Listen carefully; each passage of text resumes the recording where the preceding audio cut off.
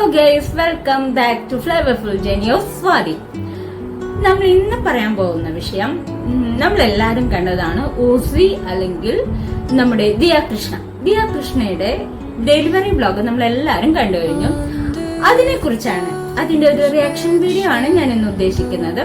അപ്പോൾ ഒരിക്കൽ കൂടി എല്ലാവർക്കും സ്വാഗതം. ആ ഒരു ഡെലിവറി വ്ലോഗ് കണ്ടതിന് ശേഷം ഒരുപാട് പേര് അതിനെ റീക്രിയേറ്റ് ചെയ്ത് ഒരുപാട് വീഡിയോസ് ഒക്കെ ചെയ്തിട്ടുണ്ട്. ഒരുപാട് പേര് റിയാക്ട് ചെയ്തിട്ടുണ്ട്. അപ്പൊ അതിന്റെയൊക്കെ കൂട്ടത്തില് കുറച്ച് ചെറിയൊരു ശതമാനം ആൾക്കാർ അതിനെ നെഗറ്റീവായിട്ട് അക്സെപ്റ്റ് ചെയ്തതായിട്ട് കണ്ടു. അപ്പൊ അതിനെ കുറിച്ചാണ് എനിക്കിന്ന് സംസാരിക്കാനുള്ളത്.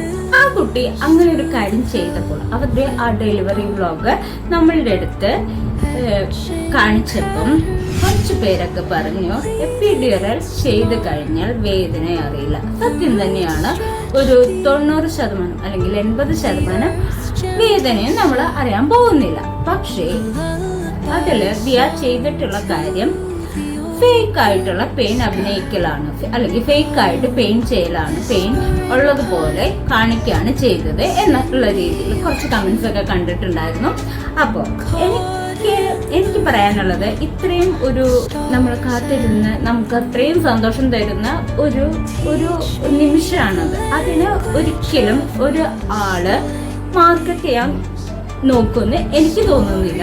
പലരും പറഞ്ഞിരിക്കുന്നത് ആ ഒരു വിഷയം കാണിച്ചുകൊണ്ട് റീച്ച് കിട്ടാൻ വേണ്ടിയിട്ട്, സിമ്പതി കിട്ടാൻ വേണ്ടിയിട്ട് കുറെ കാര്യങ്ങൾ ചെയ്ത് കൂട്ടിയിട്ടുണ്ട് എന്നുള്ള രീതിയിലാണ്. എങ്ങനെയാണ് നമ്മൾ അത്രയും മഹത്തായിട്ടുള്ള ഒരു കാര്യത്തിന് എങ്ങനെയാണ് നിങ്ങൾക്ക് ഇങ്ങനെ പറയാൻ പറ്റണേ? നമ്മൾ ആരും അത് നേരിട്ട് കണ്ടിട്ടില്ല. എപ്പിഡ്യൂറൽ ചെയ്തു എന്ന് വിചാരിച്ചിട്ട് ഫുള്ളി പെയിൻ ഇല്ലാത്തൊരവസ്ഥയിൽ നമുക്ക് ആ കുട്ടി ഇങ്ങോട്ട് പോന്നോട്ടെ എന്ന രീതിയിലൊന്നും നമുക്ക് ഒരിക്കലും ഡെലിവറി നടത്താൻ പറ്റില്ല, പ്രസവിക്കാൻ പറ്റില്ല. ഞാനിത് നേരിട്ട് കണ്ടിട്ടുള്ള, എക്സ്പീരിയൻസ് ചെയ്തിട്ടുള്ള ആളാണ്. എൻ്റെ സെക്കൻഡ് ഡെലിവറിക്ക് ശേഷം തൊട്ടടുത്ത് എനിക്ക് ശേഷം ഉണ്ടായിരുന്ന ഒരു കുട്ടി എപ്പിഡ്യൂറൽ ചെയ്തുകൊണ്ട് ഡെലിവറി നടത്താൻ പ്ലാൻ ചെയ്തിരുന്ന കുട്ടിയായിരുന്നു. എനിക്കറിയില്ലായിരുന്നു അങ്ങനത്തെ ഒരു രീതിയിലാണ് ആ ഡെലിവറി നടത്താൻ പോകുന്നതെന്നുള്ളത്. ഞാൻ കേട്ടതാണ് ആ കുട്ടി വാവിട്ട് കരയണത്, നന്നായി കരയുന്നതായിട്ട് ഞാൻ കേട്ടിട്ടുണ്ട്. അത് ആ കുട്ടിക്ക് വേദന എടുത്തോണ്ടാണല്ലോ.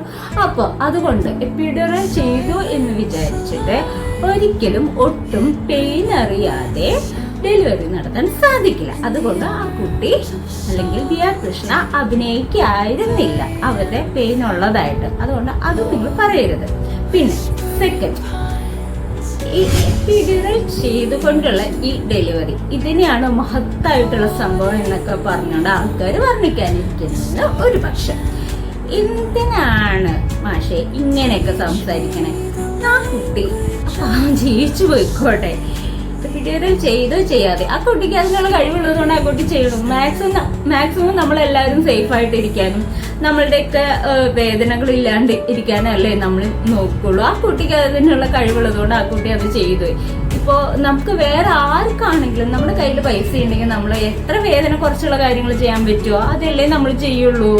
അത് തന്നെയല്ലേ ആ കുട്ടി ചെയ്തോളൂ. അപ്പൊ അതൊക്കെ ഓരോരുത്തരുടെ ഇഷ്ടല്ലേ. അപ്പൊ ആ കുട്ടി അത് ചെയ്തോട്ടെ. അത് ആ കുട്ടിക്ക് ബ്ലോഗ് ആക്കണമെന്ന് തോന്നി, ആ കുട്ടി ബ്ലോഗ് ആക്കി. C-സെക്ഷൻ ചെയ്യണമെന്ന് ആ കുട്ടി തീരുമാനിച്ചില്ലല്ലോ. അതൊക്കെ ആ കുട്ടിയുടെ താല്പര്യമല്ലേ. അപ്പൊ അത് ആ കുട്ടി ചെയ്തോട്ടെ. എന്നുവെച്ചാൽ C-സെക്ഷനെ ഞാൻ ചെറുതാക്കി കണ്ടതൊന്നുമല്ല. C-സെക്ഷൻ ആണെങ്കിലും നോർമൽ ഡെലിവറി ആണെങ്കിലും എപ്പിഡ്യൂറൽ ഡെലിവറി ആണെങ്കിൽ കൂടിയും എല്ലാത്തിനും അതിൻ്റെതായ അസ്വസ്ഥതകളും ബുദ്ധിമുട്ടുകളും എന്തായാലും ഉണ്ടാവും. ഒരു കാര്യവും നമുക്ക് പെയിൻഫുൾ അല്ലാതെ സാധിക്കില്ല. നോ പെയിൻ നോ ഗെയിൻ അങ്ങനെ ഉള്ളതാണല്ലോ. അപ്പൊ നമുക്ക് ഒരിക്കലും ഒരു കാര്യവും നേടാനായിട്ട് സിമ്പിളായിട്ട് സാധിക്കില്ല. അതുള്ള കാര്യം തന്നെയാണ്. പിന്നെ അടുത്ത കാര്യം എന്തായിരുന്നു? ഈ ഫാമിലി ഒന്നിച്ചുള്ള ഒരു സുഖപ്രസവം, ഫാമിലിയിലെ എല്ലാവരും കൂടിയിട്ട് ആ റൂമിലുണ്ടായിരുന്നു എന്നുള്ള കാര്യം. ഒന്നാമത്തെ കാര്യം, നോർമലായിട്ട് ഉള്ള ലേബർ റൂം ആയിരുന്നില്ല.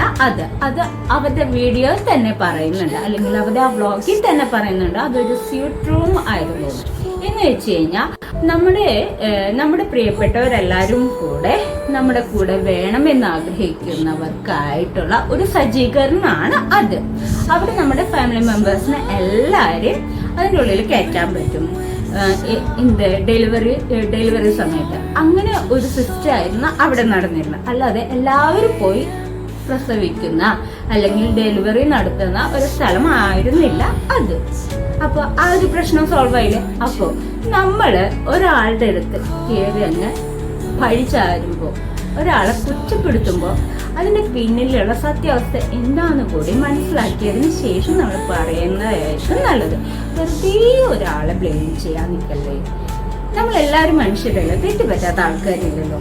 അപ്പോ ആ കുട്ടിയുടെ അത്രയും സന്തോഷം നിറഞ്ഞ ഒരു സിറ്റുവേഷന്